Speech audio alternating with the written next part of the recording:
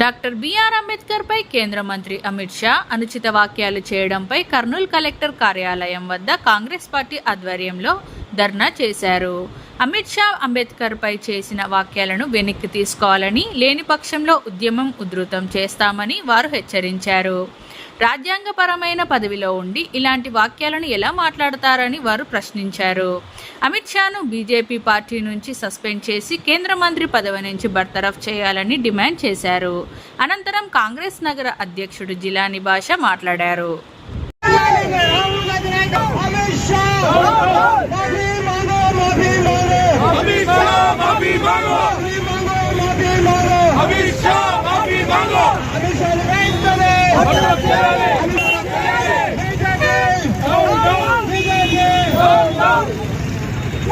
గత వారం రోజులుగా రాజ్యసభలో ఏదైతే అమిత్ షా గారు అనుచిత వ్యాఖ్యలు చేశారో డాక్టర్ బిఆర్ అంబేద్కర్ గారి గురించి, దానికి నిరసనగా గత వారం రోజులుగా కాంగ్రెస్ పార్టీ ఆధ్వర్యంలో దేశవ్యాప్తంగా నిరసనలు చేపట్టడం జరుగుతుంది.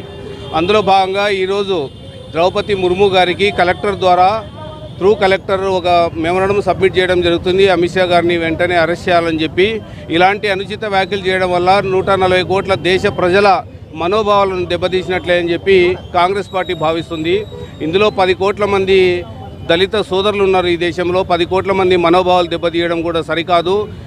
రామ అంటే పుణ్యం వస్తుంది, జై భీమ్ అంటే ఏమొస్తుంది అని అనడం అమిత్ షా విఘ్నతగా వదిలేస్తున్నాము. అంత పెద్ద పొజిషన్లో ఉన్న అమిత్ షా గారు ఇలాంటి అనుచిత వ్యాఖ్యలు చేయడం చాలా దురదృష్టకరమైన విషయము. రామ అంటే పుణ్యం వస్తుంది మంచిదే, కానీ జై భీమ్ అన్నా కూడా పుణ్యం వస్తుంది అని చెప్పి 10 కోట్ల మంది 140 కోట్ల మంది భారతీయులు భావిస్తున్నప్పుడు మీరెలా అనగలుగుతారు ఆ మాట?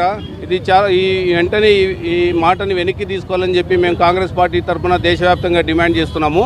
వెంటనే అమిత్ షా గారిని బర్తరఫ్ చేసి పార్టీ నుంచి కూడా సస్పెండ్ చేయాలని చెప్పి కాంగ్రెస్ పార్టీ ఆధ్వర్యంలో డిమాండ్ చేయడం జరిగింది.